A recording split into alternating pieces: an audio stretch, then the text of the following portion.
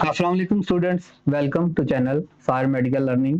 Students, आज का जो हमारा लेक्चर है वो हम पढ़ रहे हैं ब्लड डिसऑर्डर्स के बारे में। हमने ल्यूकीमिया के बारे में पढ़ा, आज हमने थैलेसीमिया के बारे में पढ़ना है जो कि ब्लड का डिसऑर्डर है। डिसऑर्डर्स के बारे में मैं बता चुका हूँ कि ऐसी बीमारी जिसके अंदर माइक्रोब्स इन्वॉल्व नहीं होता, यानी किसी म्यूटेशन की वजह से या किसी जनरल फिजियोलॉजिकल फंक्शंस, जब डिसऑर्डर आउट ऑफ फंक्शन होता है फिजियोलॉजी बॉडी की, तो उस वक्त ये सिम्टम्स अपीयर होती हैं, इसको हम डिसऑर्डर्स कहते हैं।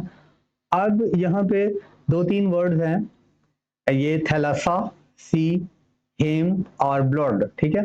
अब इन वर्ड से मिलकर बना हुआ है थैलेसीमिया, यानी ये ब्लड का डिसऑर्डर है, इसका ताल्लुक ब्लड के साथ है।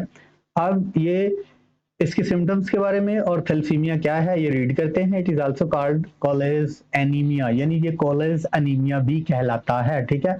On the name of the Thomas B, ठीक है। थॉमस बी साइंटिस्ट है। कौन साइंटिस्ट है? कॉले एन अमेरिकन फिजिशियन, ये एक अमेरिकन फिजिशियन है, अमेरिकन जो है ये मुआलज है। It is a genetic problem due to mutation in the gene of the haemoglobin. अब ये डिसऑर्डर्स क्या कहता है, ये डिसऑर्डर्स कहाँ पे होता है? It is a genetic problem. इससे प्रीवियस लेक्चर में मैंने आपको बताया था कि म्यूटेशन होती है ल्यूकीमिया के अंदर भी, और वाइट ब्लड सेल्स जो है वो उनकी abnormal growth normal optimum level से ज्यादा तादाद में वो उनकी प्रोडक्शन हो जाती है। लेकिन यहाँ पे जो बात हो रही है वो थैलेसीमिया की हो रही है, और थैलेसीमिया के अंदर कौन सा ब्लड सेल्स इन्वॉल्व है? वो है रेड ब्लड सेल्स। उसके अंदर व्हाइट ब्लड सेल, ल्यूकीमिया के अंदर व्हाइट ब्लड सेल्स की प्रोडक्शन अबनॉर्मल थी, जेनेटिक डिसऑर्डर था और म्यूटेशन थी। लेकिन यहाँ पे रेड ब्लड सेल्स है, वही जेनेटिक प्रॉब्लम्स है, म्यूटेशन है, ठीक है, और जीन्स के अंदर जो है सडन चेंजिंग है, और हेमोग्लोबिन का स्ट्रक्चर जो है वहां पे तब्दीलियां आ जाएंगी। और इसके बाद पढ़ेंगे कि अगर हेमोग्लोबिन प्रेजेंट थी तो क्या कर रही थी, अगर डिफेक्टिव हेमोग्लोबिन की प्रोडक्शन है तो क्या होगा। दोबारा रीड कर लेते हैं। It is a genetic problem due to mutation in the gene of haemoglobin. जो जीन्स हेमोग्लोबिन की प्रोडक्शन कर रहा है उसके अंदर तब्दीली हुई तो हेमोग्लोबिन की प्रोडक्शन मुतासर हुई, ठीक है। अब देखते हैं the mutation result in the production of defective haemoglobin and the patient can not transport oxygen properly, ठीक है।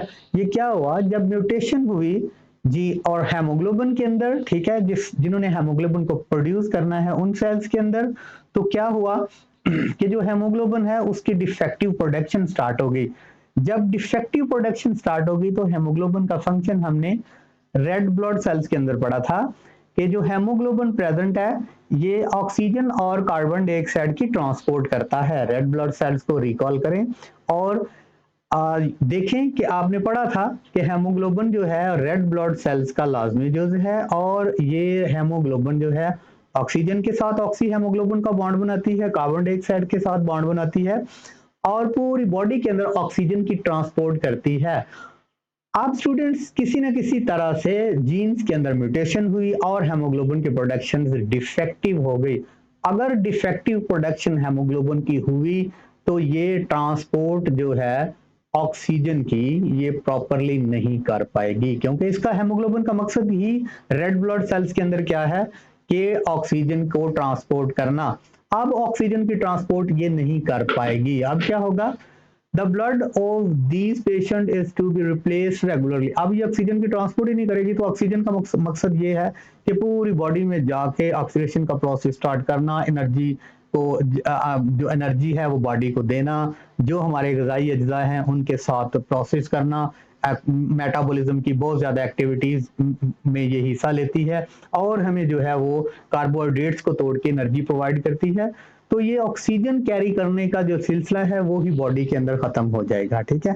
उसके बाद इसका जो ट्रीटमेंट बनता है वो ये है, the blood of these patient is to be replaced regularly. अब क्या है, जिस तरह व्हाइट ब्लड सेल्स के की डिफेक्टिव प्रोडक्शन की वजह से ब्लड कैंसर था, और वहां पे पेशेंट को जो ब्लड था वो रिप्लेस किया जा रहा था, यहाँ पर भी जो ब्लड है वो रिप्लेस किया जाएगा। ब्लड जो है वो रेगुलरली लगाया जाएगा, पुराना निकाला जाएगा, नया लगाया जाएगा। अब विद नॉर्मल ब्लड के साथ रिप्लेस किया जाएगा, नॉर्मल ब्लड को निकाला जाएगा, और या नॉर्मल ब्लड की जगह पे जो है वो अब नॉर्मल ब्लड की जगह पे जो है ये जो ब्लड है जो किसी डोनर से लिया होगा जिसके अंदर सही क्वांटिटी के अंदर हेमोग्लोबिन वाले आरबीसी प्रेजेंट होंगे वो लगाया जाएगा। It can be cured by bone marrow transplant. ये भी स्टूडेंट्स बोन मैरो ट्रांसप्लांट है। जिस तरह मैंने प्रीवियस लेक्चर में बताया कि बोन मैरो जो है उसके अंदर ब्लड सेल्स की प्रोडक्शन होती है। कुछ बातें हैं जो आप जहन में बिठा लें तो हर लेक्चर में आपके काम आएंगी। मैंने आपको बताया था रेड ब्लड सेल्स के बारे में कि इसकी प्रोडक्शन, वाइट ब्लड सेल्स की प्रोडक्शन ये बोन मैरो के अंदर होती है। ये जो लॉन्ग बोन्स हैं, लंबी हड्डियां हैं, इनके गोदे जो खोखले हैं, इनके अंदर इनकी प्रोडक्शन है।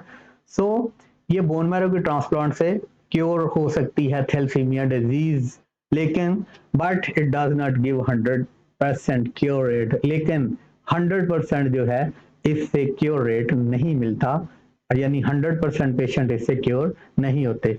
तो स्टूडेंट्स ये थे डिसऑर्डर पर्टिकुलरली ब्लड के रिलेटिंग, ठीक है, ल्यूकीमिया और थैलेसीमिया। थैलेसीमिया के बारे में आज हमने पढ़ लिया। इंशाल्लाह अगले लेक्चर में देखते हैं ब्लड ग्रुप क्या है। और ये एक ब्लड ग्रुप है, किसी का बी ब्लड ग्रुप है, किसी का ए बी ब्लड ग्रुप है, किसी का पॉजिटिव है, किसी का नेगेटिव। इसके बारे में इंशाल्लाह अगले लेक्चर में डिटेल से आपको बताता हूँ। तब तक के लिए अस्सलाम वालेकुम।